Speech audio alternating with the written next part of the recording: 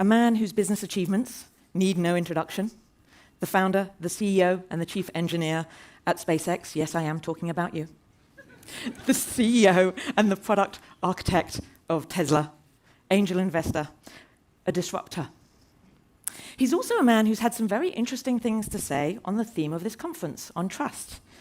He's described himself as being obsessed with truth. He believes in sunlight being the great disinfectant. Elon Musk, please do join me. Such a pleasure.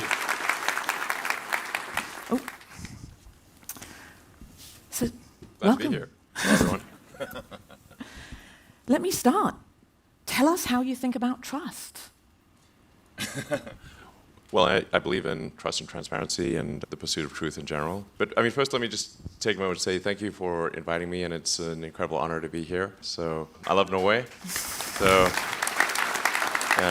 And I just want to thank the leaders and the people of Norway for their longstanding support of electric vehicles and sustainable energy. And I just want the people of Norway to know that, hey, you really made a difference.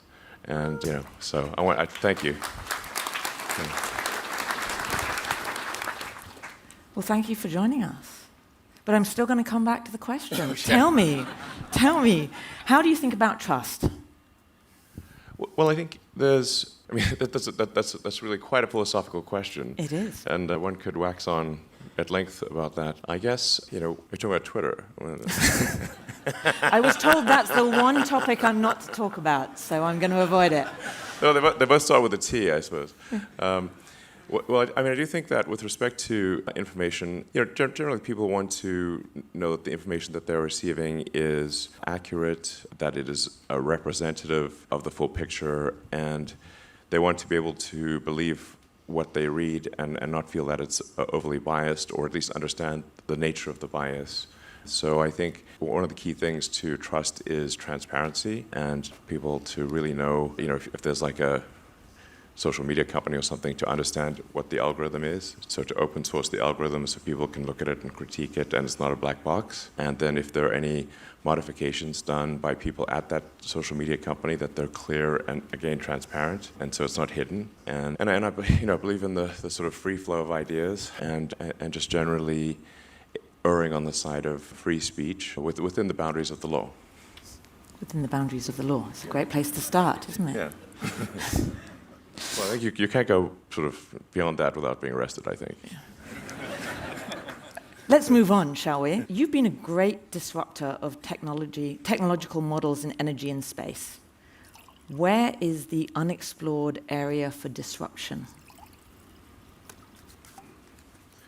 Well, I find the word disruption, I don't aim to disrupt for the sake of disrupting, It's more like there's thinking about what set of actions are most likely to lead to a better future. Mm-hmm.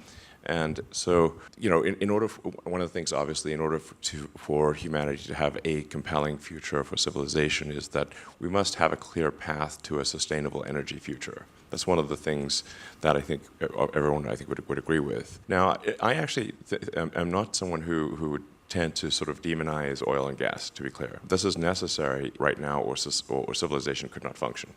So I do think we actually need, and actually at this time, I think we actually need more oil and gas, not less. Mm-hmm. But simultaneously moving as fast as we can to a sustainable energy economy. And I thought the words of the Prime Minister were just spot on. And I'm glad to hear that there's a large effort for ocean wind, because that's I think a massive untapped potential. I would say go even more than what the Prime Minister said, frankly. It's like, that's, if you did 100 by 100 array of 10 megawatt systems, you'd have 100 gigawatt capability. So, and then you do need to combine that with stationary storage, battery packs, to buffer the energy, because sometimes the wind blows and sometimes it doesn't blow. Or it doesn't blow as hard. And so you need to buffer it with battery packs, stationary battery packs, and Tesla and other companies are also making that. So that the pillars of a sustainable energy future are sustainable energy generation, which is hydro, geothermal, wind, solar.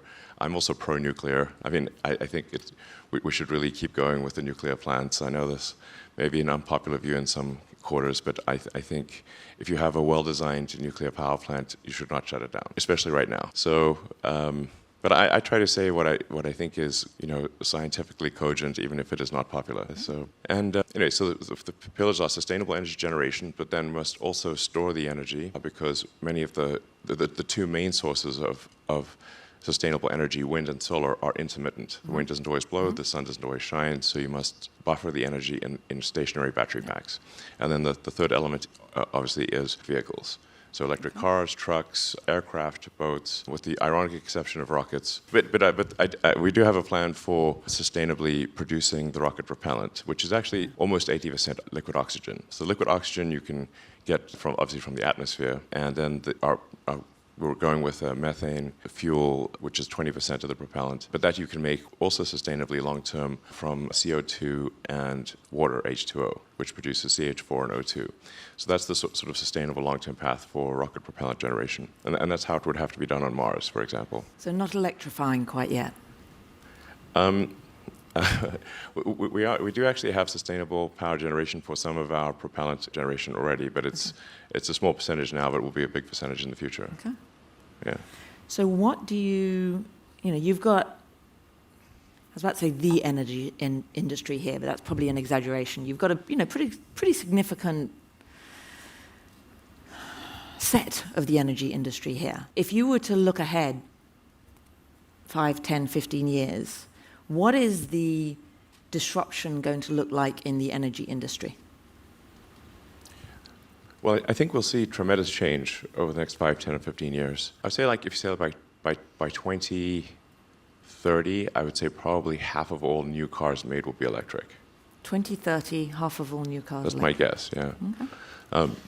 By 2035, it might be 80% or something like that. I think it could be even higher than those numbers, but the car industry is moving rapidly towards electric. And one country after another and one state after another is making zero-emission mandates. California recently passed a zero-emission mandate. New cars sold in California, I think 2035, can only be zero-emission. So the UK is as well. Yeah, exactly. Yeah. So it's clearly the people of the Earth. Yeah. People of Earth have decided this is the way to go. And so I think we'll see quite a tremendous change in that regard. And if you look at the streets of Norway, you actually see an advanced version of that, because Norway has some of the highest. In fact, Norway's, I believe, gone to majority electric vehicles of new cars sold, which is great. Extraordinary. Again, thank you. So it's pretty cool. So if I pick up on that idea, so the biggest change you see for the energy industry is electrification, electric car vehicles, light transport, maybe heavy transport. What does that mean about supply chains? So if you kind of roll that backwards, what is the supply chain going to mean? What are you worried about if we're going to meet that rise? Yeah, so the interesting thing is that you say, what are the limiting factors governing the rate at which the world can transition to sustainable energy? And I think it's the rate at which one can grow battery production. Okay. So then if you say, well, what are the constituents in the battery? In lithium-ion batteries, you've obviously got lithium. You've got a cathode, which is the main cathode materials are going to be a metal, and that's nickel, manganese, and iron. And on the anode side, it's primarily carbon, graphite. And so in a sense, you're sequestering a little bit of carbon in the battery, and with some silicon added for energy density on the anode side. And then there's the electrolyte and whatnot. So the main limitation is actually not that these metals are exceptionally rare, but that there's a tremendous amount of processing equipment to take the ore and turn it into battery-grade materials. Because the battery-grade anode and cathode have to be extremely pure in order for the battery to last for a long time. Mm-hmm. And so it's sort of processing of those elements. And I'm sort of writing this sort of master plan part 3, which is what are the steps needed to scale sustainable energy, and again, what are the limiting factors, and how can we potentially accelerate these? So hopefully finish that in a month or two. So do you want to give us a preview? What are the gating functions, if you will, that we need to get over? What are the big steps? Well, the materials that I mentioned are really essential. So it's generation, it's processing, Yes. There's not a raw material constraint. So there's actually a tremendous amount of lithium almost everywhere. It's one of the most common elements on Earth. So is iron, and so is carbon. And then on the iron, you usually combine phosphorus, so it's iron phosphate. So that'll probably be the biggest chemistry that's used. So it's not so much the raw materials as it is converting the raw materials into the highly purified form that can be used in batteries. And so that's a tremendous amount of processing needs to happen for that. At the sort of scale that is currently, comparable to the world oil and gas industry. So the scale is just tremendous. So this is all happening, and it's happening fast. It's just a question of what can we do to potentially accelerate that and make it go even faster. So it's all happening. It's just a question of when. And are you going to give us the answer to that? What can we do to accelerate it to make it happen even faster? If we're going to be 50% new electric vehicles sold in 8 years, you said? I think that's actually where we're trending. Okay. Even if we just keep doing the things we're currently doing. Okay. Yeah. So it's pretty good. You don't see a limiting function at the moment. No, I don't see a limiting function. It's really just how many years will it take us, and all the actions what actions can we take to have it be faster? And it's going to be increasing the rate at which we can convert the ore into battery-grade materials. That will set the rate at which we can build electric vehicles and stationary battery packs to capture solar and wind. Okay. So this is all, basically what I'm saying is this is an optimistic and positive message. I'm not suggesting at all complacency, but just saying that things are moving in a good direction, but obviously if we can make them go even faster, that's better. And a lot of this happens in China, right? At the moment, today. So, yes. Yes. So you said last year that you thought trust in China would improve post-COVID. So do you think that's happened? Do you see China as an investment opportunity today? Well, Tesla is actually investing in production in China. So we have a large factory in Shanghai, and we are continuing to expand output and invest in that factory. But we're also investing in Europe with our factory just outside of Berlin, and in the US with our new factory just outside of Austin. Okay. So, and we hope to announce a location for another gigafactory perhaps later this year. So we're going as fast as we can. And I've always said that I would say, like, when you look at Tesla, the fundamental good Tesla does, I think, it's not measured by profit, but rather by how many years will Tesla have accelerated the transition to sustainable energy. This is how I think this one is should your look measure at. of success. Yes. And I think we have accelerated it to some degree already. I think if it wasn't for Tesla, the car industry would have transitioned to EVs much later. So exponential curve or straight line? It is an exponential curve, yes. Okay. You're making me use my chemistry and my maths, which I haven't done in a few decades. Most people don't know what an exponential curve means, but it's a... I think most people in this room... Maybe this room, yes. This room, they know, yeah? Yes. Yeah? Yes. Yeah, I thought so. What about a logarithmic curve? Now that's optimistic. No, well, yeah. Can you... Well, I think the things are improving exponentially with respect to sustainable energy. So, but if we can make it go faster, all the better. So how do we go from exponential to logarithmic? Well, I think... Well, come on, you've thought about this. I know you've thought about this. Logarithmic is actually fast in the beginning but slow at the end. So I think we actually... what will actually happen is a transition from... following an S-curve. So you have an exponential increase, then linear, and then logarithmic. And that's basically how any large industrial transition happens. I think I'm going to get off math now, because I could get into trouble. What's your approach to risk? How would you talk about that? I'm back to philosophy. I'm safer in philosophy. Well, I think...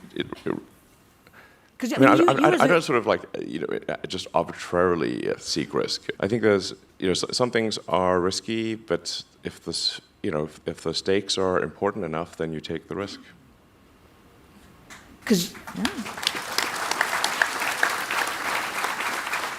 And today the stakes are important enough? Yes, the stakes are extremely important. Very fundamental to the future, yes. Because I'm guessing, I'm just, I don't know everybody in this room, but my guess is that you take significantly more risk than possibly anybody in this room, but certainly more than 95% of the people in this room. What allows you to take those risks?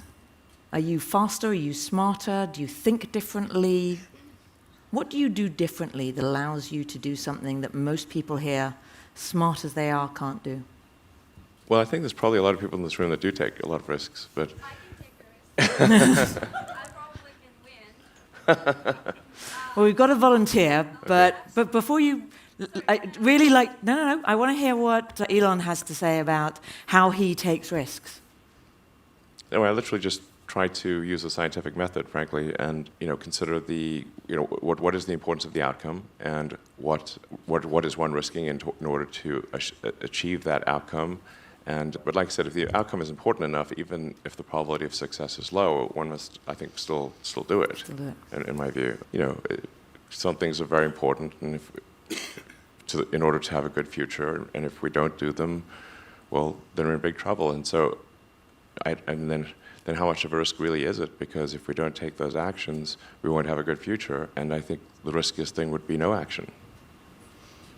So it's almost as though it's really not a risk, it's not a choice at all. Not really. No. Okay. I think it's wonderful that you can change the world, because you really can change the world, and you have. You have the ability to do what, in many cases, not even governments can do. I mean, as I was doing a little bit of research for this panel, one of the data points that I saw is you were able to turn on, if you will, the internet in Ukraine in just 4 hours. What kind of responsibility do you feel as a corporate leader you have when you have that kind of power? How do you think about that? I think it was a bit longer than 4 days, but it was about 4 hours, about 4 days, I think. But we did have some guess that maybe there would be something happening in Ukraine, and so we did pre-position some Starlink terminals there just in case. So that was helpful for the initial part of the invasion, and then we accelerated delivery of a lot of terminals within a few days of the invasion taking place. And Ukrainian government tells me it's been very helpful. So Yeah.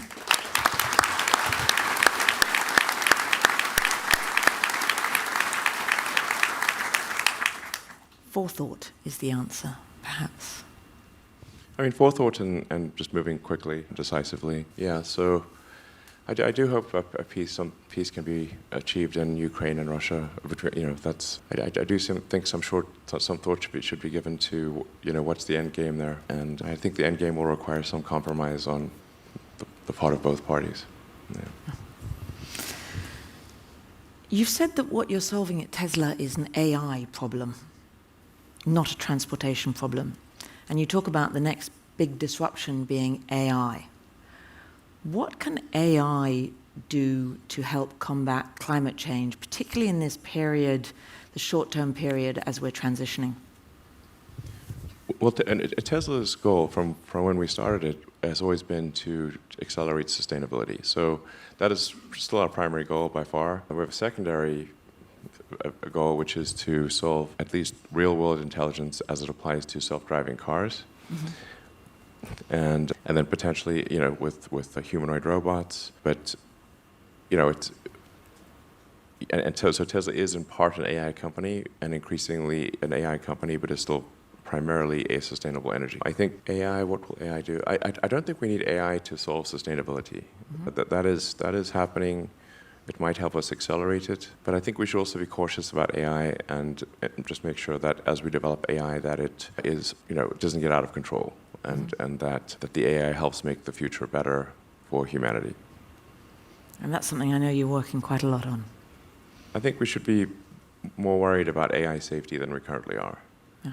Especially, the future wars are really going to be, and we're seeing a taste of that in Ukraine, very much drone wars. Mm-hmm. Mm-hmm. So if your drones are better than their drones, then you win, basically, is what will happen. Thus has it always been? No, it hasn't been that, but will. It will be. Final question, we've just got a minute. What keeps you up at night, and what are you doing about it?